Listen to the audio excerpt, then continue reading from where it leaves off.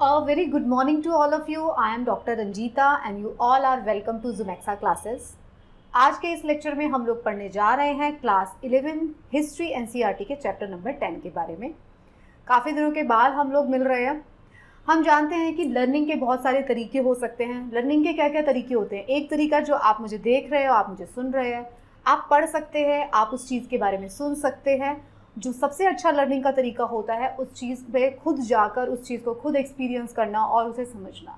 तो मैं आपको हमेशा कहती हूँ, चाहे मैं आपको ज्योग्राफी जब पढ़ाती हूँ, चाहे मैं आपको हिस्ट्री पढ़ाती हूँ या मैं आपको साइंस या कोई भी सब्जेक्ट पढ़ाती हूँ, तो मैं आपको कहती हूँ कि जिस जगह पर आप खुद जा सकते हैं, आप जहाँ पर कहीं पे भी रहते हैं, जब कभी आपको मौका मिले किसी हिस्टोरिकल साइट पे जाने का, तो आप ज़रूर जाके उस साइट को देखिए। किसी सिटी में, किसी कंट्री में जाने का मौका मिलता है तो उसे देखिए ज़रूर और सीखिए। जो आप सीखना चाहते हैं पढ़कर, वो आपको एक्सपीरियंस से बहुत अच्छे से लर्न होगा। सिमिलरली ज्योग्राफिकल अगर आप लर्न करना चाहते हैं ज्योग्राफी की बहुत सारी चीज़ें, अपने रूम से बाहर निकलिए, बाहर जाइए, अपने सिटी से बाहर निकलिए और जाके चीज़ों को देखिए। राइट, तो लर्निंग के बहुत सारे तरीके होते हैं। सो हम स्टार्ट करते हैं ये चैप्टर। अगर आपका कोई डिटेल सवाल है तो आप मुझे इस ईमेल एड्रेस पर मेल कर सकते हो। ये मेरा इंस्टाग्राम हैंडल है और ये मेरे टेलीग्राम चैनल का आपको लिंक दिया गया है। टेलीग्राम चैनल पर आपको मेरे सभी लेक्चर्स के PDF मिलते हैं। इस चैनल पर बाकी के जो लोग भी लेक्चर्स लेते हैं उन सबके PDF आपको इसी चैनल पर, इसी टेलीग्राम चैनल पर मिल जाते हैं। सो ज़रूर इसको विजिट कर लीजिए। इस चैप्टर में हम लोग क्या पढ़ने जा रहे हैं कि क्लास 11 हिस्ट्री एनसीईआरटी का चैप्टर है। तो इस चैप्टर में हम बेसिकली बात करेंगे कि नेटिव पीपल क्या होते थे। अमेरिका और ऑस्ट्रेलिया के नेटिव पीपल कौन थे, एशिया के नेटिव पीपल कौन थे, और अफ्रीका के नेटिव पीपल कौन थे, उनके साथ क्या ट्रीटमेंट होता है जब इंडस्ट्रियलाइजेशन होती है, जब कोलोनियलिज्म जो स्प्रेड करता है, जब नए नए कंट्रीज़ को डिस्कवर किया जाता है, तो किस तरीके से उनके ऊपर ट्रीटमेंट होता है। ये हम बहुत सारी बातें इस चैप्टर में जानने की कोशिश करेंगे। यूरोपियन इम्पेरियलिज्म की बात करेंगे, नॉर्थ अमेरिका के नेटिव लोगों की बात की जाएगी, गोल्ड रश क्या था हम इसके बारे में डिस्कस करेंगे, ऑस्ट्रेलिया में क्या क्या चेंजेस हुए, हम ये सारी चीज़ों के बारे में इसमें बात करने जा रहे हैं। अगर मैं इंपॉर्टेंस की बात करती हूँ तो इस चैप्टर का अगर इंपॉर्टेंस मैं बात करती हूँ तो आपको एक ओवरऑल अंडरस्टैंडिंग डेवलप करने के लिए चैप्टर बहुत अच्छा है। आपको समझ में आएगा कि किस तरीके से जो कोलोनियलिज्म है उसके नेगेटिव इम्पैक्ट वहाँ के नेटिव लोगों पे पड़ते हैं।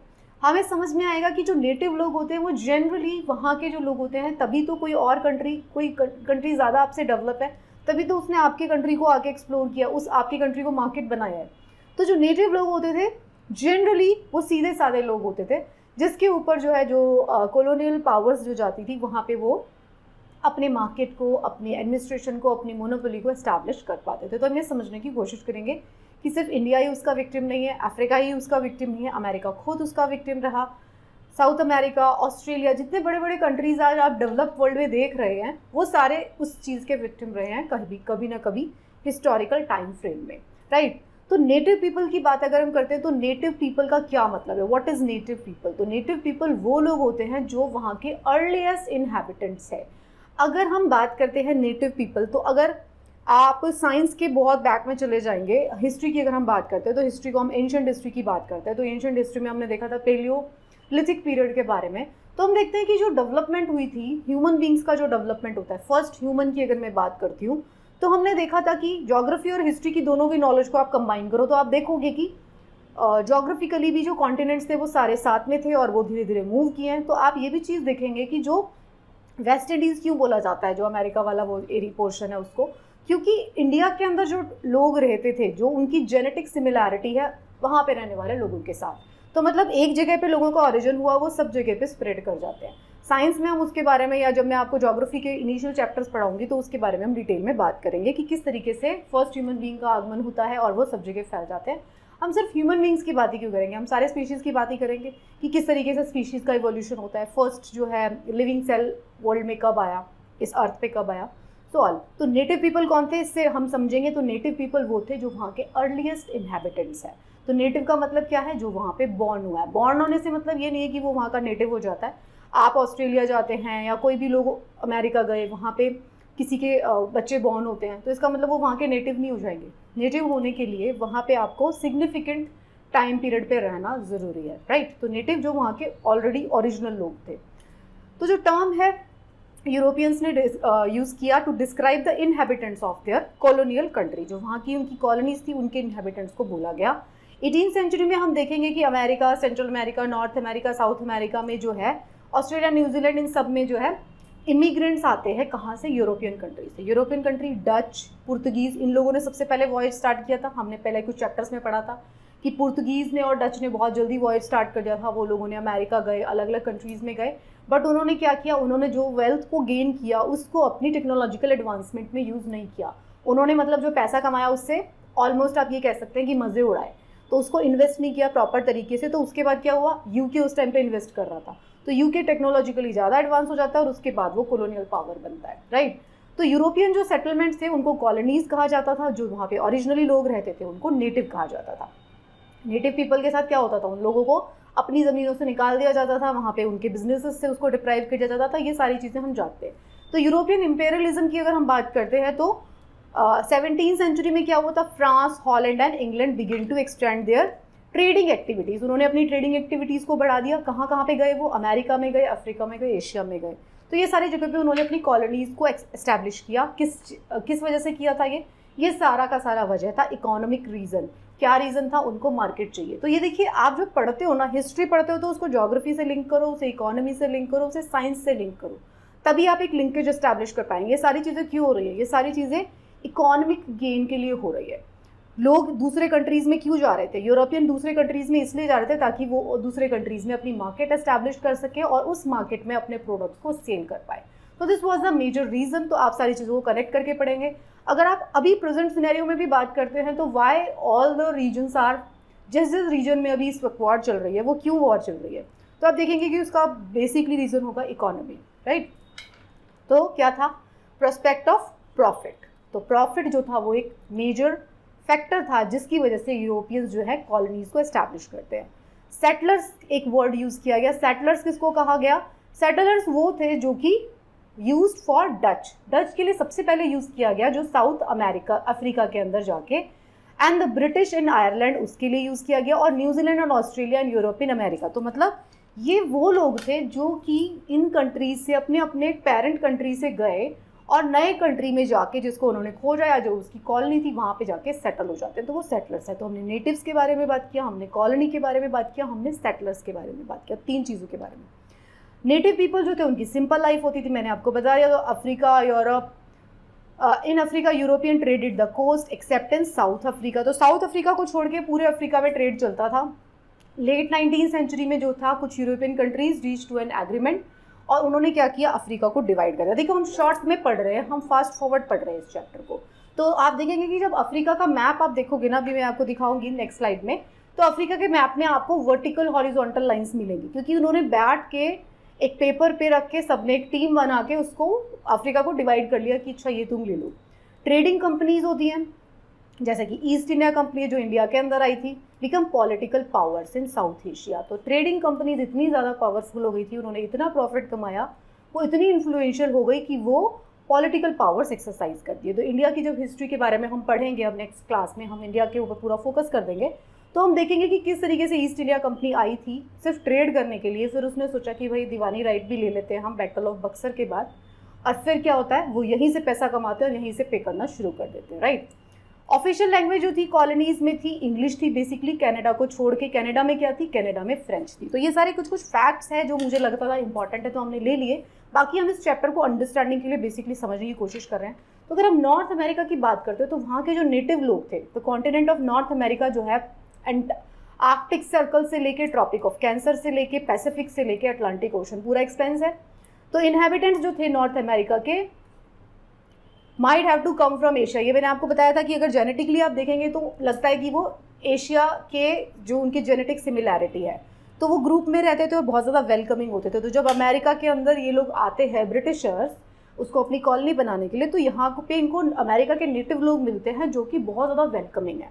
वो इतने वेलकमिंग है, वो उनके साथ काम करते हैं, वो उनके साथ बात करते हैं, उनकी हेल्प करते हैं, उनको जो भी एक्सप्लोरेशन करनी है। उनको नहीं पता था कि भाई लेटर ऑन ये हमारे ऊपर कोलोनाइज कर लेंगे और हमको ही निकाल देंगे, राइट। तो वो उनका लाइफस्टाइल कैसा था, उनका बहुत सिंपल सा लाइफस्टाइल होता है। वो फिश मीट ये सब खाते हैं, बार्टर सिस्टम प्रैक्टिस करते हैं, सबसिस्टेंस इकोनॉमी में बिलीव करते हैं। तो ये क्या था, बहुत सारी लैंग्वेज बोलते हैं लेकिन उसकी उनकी कोई स्क्रिप्ट वहाँ पे लिखी हुई नहीं मिलती है। तो वहाँ के जो नेटिव लोग थे वो बहुत ज़्यादा सिंपल थे, तो फ्रेंडली वेलकमिंग थे। तो जो कॉलोनीज़, जो सेटलर्स आए, जो आते हैं यूरोपियन कंट्रीज से, तो उन्होंने क्या किया, क्योंकि वहाँ के नेटिव लोग जो थे वो एग्रीकल्चर करते थे, उसी जंगल में रहना पसंद करते थे, तो उनको उन्होंने आयरन की सप्लाई करते हैं, ब्लैंकेट्स देते हैं, वेसल्स देते हैं, उनको बर्तन देते हैं, बड़े बड़े गन्स देते हैं, और एक बहुत इंटॉक्सिकेटिंग सब्सटेंस देते हैं अल्कोहल। तो अल्कोहल उनको दिया जाता है तो वो एडिक्ट हो जाते हैं। तो आप देखेंगे जब भी एडिक्शन करना होता है तो अल्कोहल हो चाहे ड्रग्स हो कुछ भी हो, पहले फ्री सप्लाई की जाती है। तो जब वो बंदा आपका एडिक्ट बन जाएगा तो फिर वो आपके लिए कुछ भी काम करना शुरू कर देगा। तो जो अमेरिका के नेटिव लोग थे उनको सारी चीज़ें सप्लाई की जाती है, ब्लैंकेट्स, आयरन वेसल्स, एवरीथिंग, और साथ में सप्लाई किया जाता है अल्कोहल, जिससे कि वो वहाँ के उनके स्लेव की जैसे काम करना शुरू कर देते। तो नेटिव जो है अल्कोहल के बारे में नहीं जानते थे, तो नेटिव जो लोग हैं उनको अल्कोहल दे दिया जाता है, जिससे कि वो उसके एडिक्ट हो जाते हैं। यूरोपियन यहाँ से क्या सीखते हैं उन लोगों से, वो टबैको खाने की हैबिट सीख लेते हैं, राइट। तो ये आप देखेंगे कि ये सारा एक्सचेंज हो रहा है। तो नेटिव लोग कौन है, जो वहाँ पे ऑलरेडी रह रहे थे, नोबल सैवेज होते हैं, अनसिविलाइज थे, जो गुड्स थे दे exchange with the Europeans for gifts given in friendship. तो वो अपनी दोस्ती के चक्कर में उनको अपनी सारी चीज़ें देते थे। यूरोपियंस क्या थे, वो बहुत ज़्यादा सिविलाइज थे, बहुत ज़्यादा दिमाग रखते थे, पढ़े लिखे लोग थे। So gift were commodities which they would sell for profit. वो अपने गिफ्ट में क्या एक्सचेंज करते थे, वो उनको कुछ देंगे जिसको वो सेल करना चाहते थे, उनसे कोई चीज़ ले लेते थे। तो they assess market everything with the value in market. तो भाई वो सारी चीज़ों को जो है अब कॉलोनीज बना रहे हैं वो अपनी, तो वो कोई वहाँ से फ्रेंडशिप करने नहीं गए थे, वो वहाँ पे उनको अपनी मार्केट को एस्टैब्लिश करने के लिए गए थे। तो मार्केट को एस्टैब्लिश किया जाता है, ये हम बात करें अमेरिकाज़ की। तो 17th सेंचुरी तक क्या होता है, यूरोपियंस जो होते हैं, there were groups of European who were being persecuted because they were of different sects of Christianity, Protestants living in predominantly Catholic countries में रहते थे, और Catholics in countries where Protestants was the official religion। तो देखिए Europe के अंदर कौन सा रिलीजन था, यूरोप के अंदर था क्रिश्चियनिटी के दो सेक्ट होते हैं, प्रोटेस्टेंट्स एंड कैथोलिक्स। कैथोलिक्स जो होते हैं ऑर्थोडॉक्स वाला सेक्ट है, और प्रोटेस्टेंट जो है उसका थोड़ा मॉडर्न वर्जन है। तो इन दोनों के बीच में भी आपस में लड़ाइयाँ होती हैं। तो बहुत सारे लोग जो है यूरोप को छोड़ के चले जाते हैं अमेरिका में और अपनी एक नई ज़िंदगी शुरू करते हैं इन कन्फ्लिक्ट्स की वजह से। 18th सेंचुरी जब तक ख़त्म होती है तो जो कंट्रीज़ हैं that are known as Canada and the US of America came to existence. तो ये सारी कंट्रीज़ एग्जिस्टेंस में आ जाते हैं। आप देखेंगे 18th सेंचुरी के जो लास्ट वाले ईयर्स है उसमें क्या होता है, अमेरिका का इंडिपेंडेंस होता है। तो जो बहुत सारे जो लार्जर एरियाज़ हैं acquired by USA by purchase. तो यूएसए कैसे बना था, यूएसए ने क्या किया था, परचेज किए थे काफ़ी सारे land. They brought land in south from France से ले लिया उन्होंने, रशिया से ले लिया, अलास्का को, and by war much of the southern USA was won from Mexico, Mexico से कुछ ले लिया।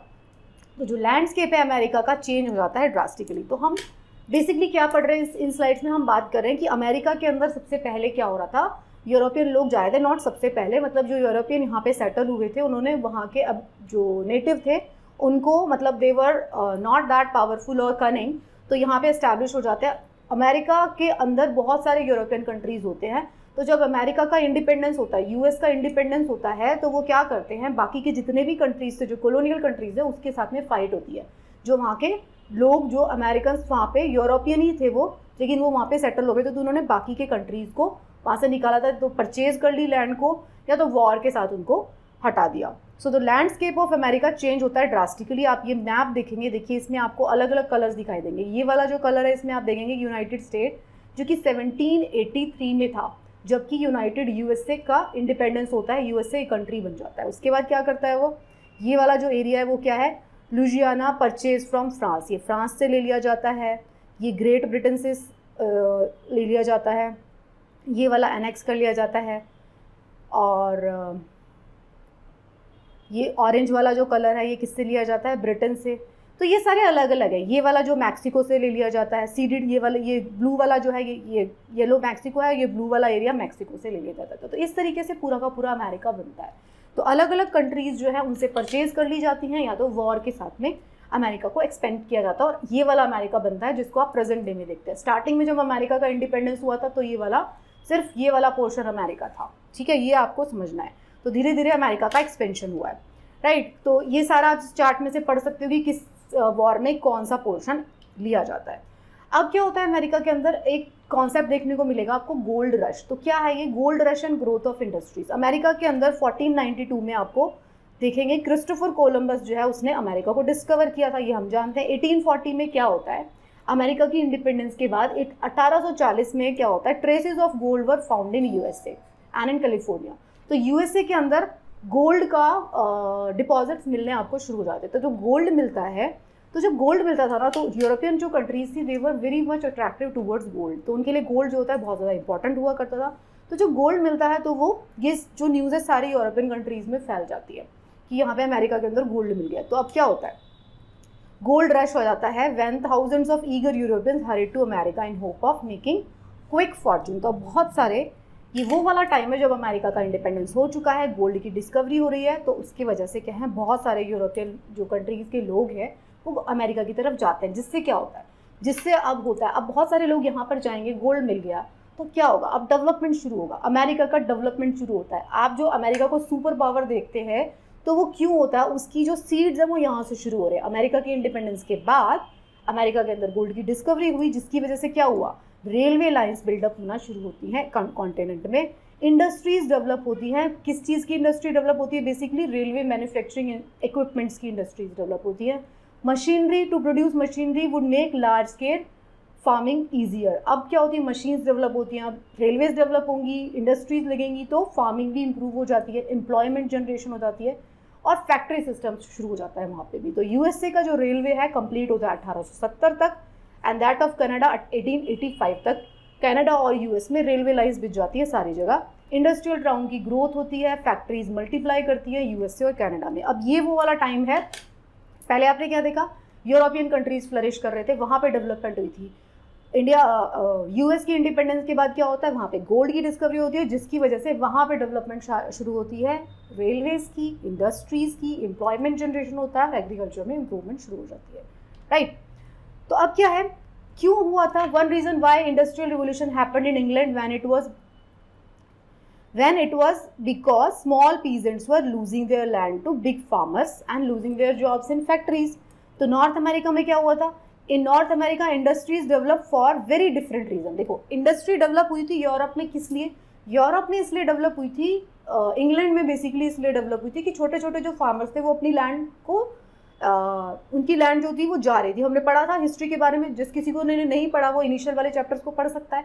इंग्लैंड में छोटे फार्मर्स की लैंड को उनके पास नहीं थी, वो वायबल नहीं हो रहा था एग्रीकल्चर, तो उन्होंने छोड़ के उन्होंने शहरों की तरफ पलायन किया। शहरों में इंडस्ट्रीज धीरे धीरे लग रही थी उस टाइम पे, और लोगों को क्या मिला, जो फैक्ट्री ओनर्स हैं उनको मिल गई लेबर, तो वो उन्होंने वहाँ पे काम करना शुरू कर दिया। नॉर्थ अमेरिका में क्या हुआ, नॉर्थ अमेरिका इंडस्ट्री डेवलप होती हैं क्योंकि टू मैन्युफैक्चर रेलवे इक्विपमेंट्स। ऐसा क्यों कर रहे थे, क्योंकि वहाँ पे गोल्ड रश हो गया था, गोल्ड मिल गया था, तो गोल्ड मिलने की वजह से रेलवे डेवलप हुआ, रेलवेज को डेवलप करने के लिए बाकी इंडस्ट्रीज डेवलप हुई, उसी की वजह से एग्रीकल्चर डेवलप हुआ, एम्प्लॉयमेंट जनरेट हुआ। तो यहाँ पे रीज़न और यूरोप में रीज़न अलग अलग है, तो ये आपको समझना है। यूरोप का रीज़न है क्योंकि स्मॉल फार्मर्स की लैंड जो है वो चली गई थी, अमेरिका का रीज़न है क्योंकि गोल्ड रश था, उसकी वजह से रेलवे स्थापित करनी थी, रेलवे लाइन्स बिछानी थी, तो इसलिए इंडस्ट्रियलाइजेशन वहाँ पे स्टार्ट होता है।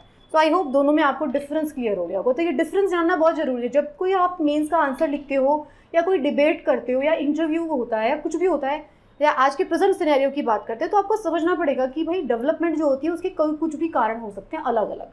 सो ये सब चीज़ें था, तो नॉर्थ अमेरिका का कारण अलग है और यूरोप का कारण अलग है। तो 1860 में क्या हुआ था, यूएसए जो था अनडेवलप्ड इकोनॉमी था, लेकिन 30 साल के अंदर जब गोल्ड रश आ गया था उसके बाद यूएसए जो होता है लीडिंग इंडस्ट्रियल पावर बन जाता है। तो एरिया जो होते हैं पैसिफिक से लेकर अटलांटिक ओशन तक वो डिवाइड हो जाते हैं into states and with in few years USA जो है अपनी खुद की कॉलोनी स्थापित करना शुरू कर देता है। सोचिए, यूएसए वो कंट्री था जो खुद यूरोपियन कंट्रीज़ की कॉलोनी था, गोल्ड वहाँ पे मिल जाता है, इंडस्ट्रियल डेवलपमेंट शुरू हो जाता है रेलवे लाइंस की वजह से, तो वो इतना ज़्यादा इंडस्ट्रियल ग्रोथ कर लेता है कि वो कहता है मैं भी जाके कॉलोनीज इस्टेब्लिश करूँगा। तो ये अपनी खुद की कॉलोनीज बनाता है, कहाँ पे, हवाई में और फिलीपींस में। तो यूएसए भी कॉलोनियल पावर बन जाता है उसके बाद। It had become an imperial power, और इम्पीरियल पावर बनने के साथ साथ ये सुपर पावर बन जाता है बाद में। ठीक है, अब तो बाकी की चीज़ें तो आपको पता ही है, वर्ल्ड वॉर एंड ऑल। सो ये था यूएसए का पूरा डेवलपमेंट। यूएसए का डेवलपमेंट कैसे देखा हमने, नेटिव लोगों के बारे में देखा, यूएसए जो है खुद पहले कॉलोनी बनता है, फिर यूएसए का डेवलपमेंट होता है और फिर खुद यूएसए कॉलोनियल पावर बन जाता है। तो ये सारी चीज़ें हमने देखी यूएसए के केस पे डेवलपमेंट। अब हम बात करते हैं नेटिव कॉन्स्टिट्यूशनल राइट्स इन नॉर्थ अमेरिका। अब नॉर्थ अमेरिका के अंदर क्या था, वहाँ के जो नेटिव लोग थे उनको ऑपरेस किया गया था उनको, और वहाँ के जो यूरोपियन जो लोग थे जो वहाँ सेटल हुए थे उन्हीं के पास सारे राइट्स थे, तो उनके राइट्स के बारे में बात नहीं किया जाता था। तो जो ब्रिटिश कॉलोनीज़ हैं इन अमेरिका, उन्होंने जब वॉर अगेंस्ट डिक्लेयर कर दिया था, किसके अगेंस्ट है, इंग्लैंड के अगेंस्ट में, अपनी इंडिपेंडेंस गेन करने के लिए, तो उन्होंने इंडिपेंडेंस गेन किया था। अब क्या होता है, इंडिपेंडेंस गेन करने के बाद सारे के सारे राइट्स किसके पास होते थे, सारे के सारे राइट्स होते थे वो लोगों के पास जो लोग वाइट लोग हैं। तो डेमोक्रेटिक राइट होते थे उनके पास, प्रॉपर्टी राइट होते थे, या पढ़ लीजिए वो सारे उनके पास होते थे। अब क्या होता है, जो नेटिव पीपल होते हैं 1920 से the things begins to improve for native people. अभी तक नेटिव पीपल के पास कोई राइट नहीं थे अमेरिका में भी। 1920 के बाद जो है यूएसए और कनाडा में नेटिव लोगों के लिए राइट्स की बात की जाती है। तो जो वाइट अमेरिकन हैं उनको समझ में आता है, देखिए सारे लोग बुरे नहीं हो सकते ना, कुछ लोग तो अच्छे भी होंगे एक ग्रुप में से, सारे लोग तो व्यापारी नहीं हो सकते ना, कुछ लोग सेंसिटिव लोग भी होंगे। तो जो सेंसिटिव लोग होते हैं उनको समझ में आता है कि नहीं, उनको सिंपैथी होती है वहाँ के नेटिव लोगों के साथ, वो देखते हैं कि भाई इनको कोई राइट्स नहीं है। तो India in USA the Indian reorganization act 1934 आता है, which gave natives a reservation the right to buy land and take loans. तो उनको राइट्स दिए जाते हैं। ये सब कब हो रहा है अमेरिका में, 1934 में हो रहा है, मतलब 1920 के बाद जो है अवेयरनेस होना शुरू होती है, तब वहाँ पे राइट्स के बारे में बात की जाती है। 1950 1960 में यूएस और कनाडा की जो गवर्नमेंट है वो एंड करने की कोई thought of ending all special provision for natives in the hope that they would join the main stream. वो उनको लगता है कि भाई स्पेशल प्रोविजंस खत्म कर दो, जो रिजर्वेशन है उसको खत्म कर दो, रिजर्वेशन खत्म करने से क्या होगा, वो सारे के सारे लोग मेन स्ट्रीम में ज्वाइन कर लेंगे, ऐसा सोच के वो ऐसा करते हैं। 1954 में क्या होता है, declaration of Indian rights prepared by them and number of native people accept citizenship of USA.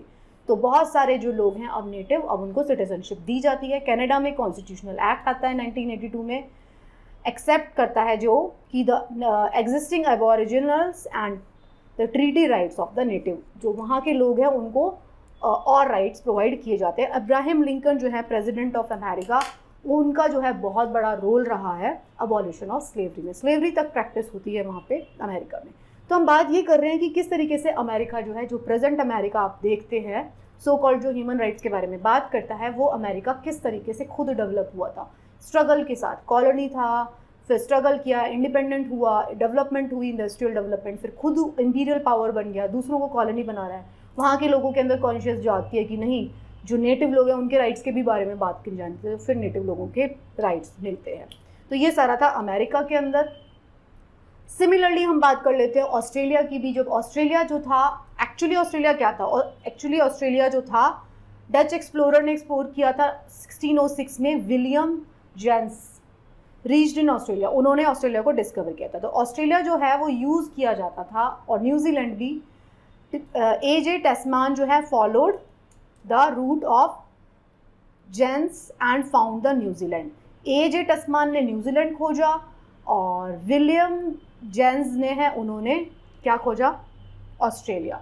तो ऑस्ट्रेलिया जो है और जो न्यूजीलैंड है, बेसिकली उसको यूज़ किया जाता था जो भी क्रिमिनल्स होते थे ना, उनको सज़ा देने के लिए, काला पानी की सज़ा देते थे ना, जैसे हमारे इंडिया में सबको अंडमान भेज दो। सिमिलरली जो ब्रिटिशर्स थे और जो यूरोपियंस थे, जो भी किसी को सज़ा देनी होती थी वो भेज देते थे अपने लोगों को, कहाँ पर, ऑस्ट्रेलिया और न्यूजीलैंड में, कि पहले अपनी सज़ा का टर्म काटो, और जब तुम सज़ा तुम्हारी ख़त्म हो जाएगी उसके बाद वहीं रह जाना, वापस मत आना। तो ये उस तरीके से यूज़ किया जाता था। यहाँ पे हमने लिखा भी है, डीपोर्टेड कन्विक्ट्स होते थे, जो जिनको डीपोर्ट कर दिया जाता था इंग्लैंड से। तो वो सारे के सारे कन्विक्ट्स होते थे किसी न किसी क्राइम के। तो जो भी लोग क्राइम करते थे उनको भेज दिया जाता था अर्ली सेटलर्स को, और वो ऑस्ट्रेलिया में सेटल हो जाते थे, और उसके बाद उनको बोला जाता था तुम वापस नहीं आओगे। तो उन लोगों ने देखा कि भैया अब हमको रहना ही जब इस कंट्री के अंदर है सज़ा काटने के बाद, तो हम क्या करेंगे, यहाँ के जो नेटिव लोग हैं, वहाँ के जो नेटिव लोग हैं उनको एबॉरिजिन्स कहा जाता है। एबॉरिजिन्स जो वहाँ के खुद के नेटिव लोग हैं ऑस्ट्रेलिया के। तो जो ऑस्ट्रेलिया के जो नेटिव थे वो भी आपको ब्लैक पीपल मिलेंगे, वो वहाँ पे वाइट पीपल नहीं है। जो ये वाइट पीपल आपको दिखाई देते हैं ऑस्ट्रेलिया और न्यूजीलैंड में, वो सारे के सारे ब्रिटिशर्स या यूरोपियन कंट्री के लोग हैं। और बेसिकली वो लोग हैं, हिस्टोरिकली अगर हम पढ़ते हैं तो जो उनके जो फोर फादर्स रहे होंगे वो सारे उनको किसी न किसी क्राइम की वजह से क्रिमिनल्स थे, जिनको यहाँ पे भेज दिया था उनकी सज़ा काटने के लिए। उनकी सज़ा पूरी हो गई और उन्होंने वहीं पे सेटल होना पड़ा। तो ये सब वो लोग थे। तो इन्होंने क्या किया था, जो वहाँ के अबॉरिजिन्स थे उनको कोई राइट्स नहीं दिए थे, वहाँ पे सारा कब्जा कर लिया था, उनको कोई राइट्स नहीं थे। तो ऑस्ट्रेलिया में भी आप देखेंगे तो यहाँ पे डेवलपमेंट आप देखेंगे कि जो वाइट ऑस्ट्रेलियन पॉलिसी चलती थी वहाँ पे 1974 तक, उससे पहले जो अबॉरिजिन्स जो होते थे, वहाँ के जो नेटिव लोग होते थे, वहाँ पे वाइट जो बच्चे होते थे और जो ब्लैक बच्चे होते थे उनको आपस में मिक्स नहीं होने दिया जाता था, उनको बहुत ऑपरेस किया जाता था, बिल्कुल स्लेवरी जैसी प्रैक्टिस की जाती थी, उनसे काम कराया जाता था, बच्चों से, उनके पेरेंट्स से, सबसे काम कराया जाता था स्लेव्स की तरह। तो ऑस्ट्रेलिया लेकिन इतना फॉरवर्ड कंट्री है, आप देखेंगे, इसको आप पढ़ लीजिएगा, ऑस्ट्रेलिया को ये रियलाइज़ होता है 1974 में वाइट ऑस्ट्रेलियन पॉलिसी को एंड किया जाता है। ऑस्ट्रेलियन गवर्नमेंट ये रियलाइज़ करती है कि हम बहुत गलत कर रहे हैं। स्पेशल ये देखिए, आप देखेंगे नेशनल सॉरी डे देखने को मिलेगा 1999 में आपको, मतलब अभी कितना रिसेंट है, 1999 में ऑस्ट्रेलिया ने sorry day, national sorry day बोला, जिसमें 1820 से लेके 1970 तक जितने भी बच्चे थे नेटिव के, उन लोगों को वो लॉस्ट हो गए, मतलब उन्होंने उनको मिक्सअप नहीं होने दिया मेन स्ट्रीम में, वो मारे जाते हैं, लॉस्ट हो जाते हैं, उन सब के लिए सॉरी बोला गया। तो ऑस्ट्रेलिया ने रियलाइज़ किया कि उन्होंने जो वहाँ के नेटिव लोग हैं उनके साथ बहुत ज़्यादती की है। बट सोचिए, ये ऐसे कंट्रीज़ हैं, ये फॉरवर्ड है, इनकी थिंकिंग फॉरवर्ड है कि इन्होंने रियलाइज़ किया और सॉरी डे लिया, बनाया। आपको ऐसे बहुत सारे कंट्रीज़ और बहुत सारे लोग मिलेंगे जो कभी रियलाइज़ नहीं करते अपने मिस्टेक्स के बारे में भी। So this was it. आप देखेंगे कि किस तरीके से हमने देखा, ऑस्ट्रेलिया के बारे में देखा, अमेरिकाज़ के बारे में देखा कि किस तरीके से ये लोग खुद जो थे कॉलोनीज़ थे और किस तरीके से इनका डेवलपमेंट होता है। ऑस्ट्रेलिया और न्यूजीलैंड जो होता है, अल्टीमेटली वहाँ के जितने भी सेटलर हैं वो ब्रिटिशर्स, यूरोपियंस ही है जो वहाँ पे सेटल हो गए और वहीं पे रहना शुरू कर दिया। वहाँ के नेटिव लोगों के ऊपर बहुत जितने अट्रॉसिटीज़ हुए उन्होंने उसको रियलाइज़ किया और उसके लिए सॉरी भी फील किया। अपॉलॉजी डे भी मनाया यहाँ पे जाता है, national sorry day. So that's it. This was the chapter. I hope you have understood the chapter and you have enjoyed reading this chapter. ये जो चैप्टर्स है ना, ये आपको थिंकिंग देते हैं कि हमारा कंट्री कहाँ पर है, बाकी की कंट्रीज़ कहाँ पर है, किस तरीके से वो डेवलपमेंट कर रहे हैं। सिर्फ ऐसा ही नहीं है कि वो इंडस्ट्रियली डेवलपमेंट कर रहे हैं इसीलिए वो हमसे बहुत आगे हैं, उनके माइंडसेट भी डेवलप होते हैं, साथ साथ उनके माइंडसेट भी डेवलप होते हैं, उनको समझ में आता है ये अपनी मिस्टेक्स को रियलाइज़ करना is also a very important thing. This is a little philosophy but this is the truth.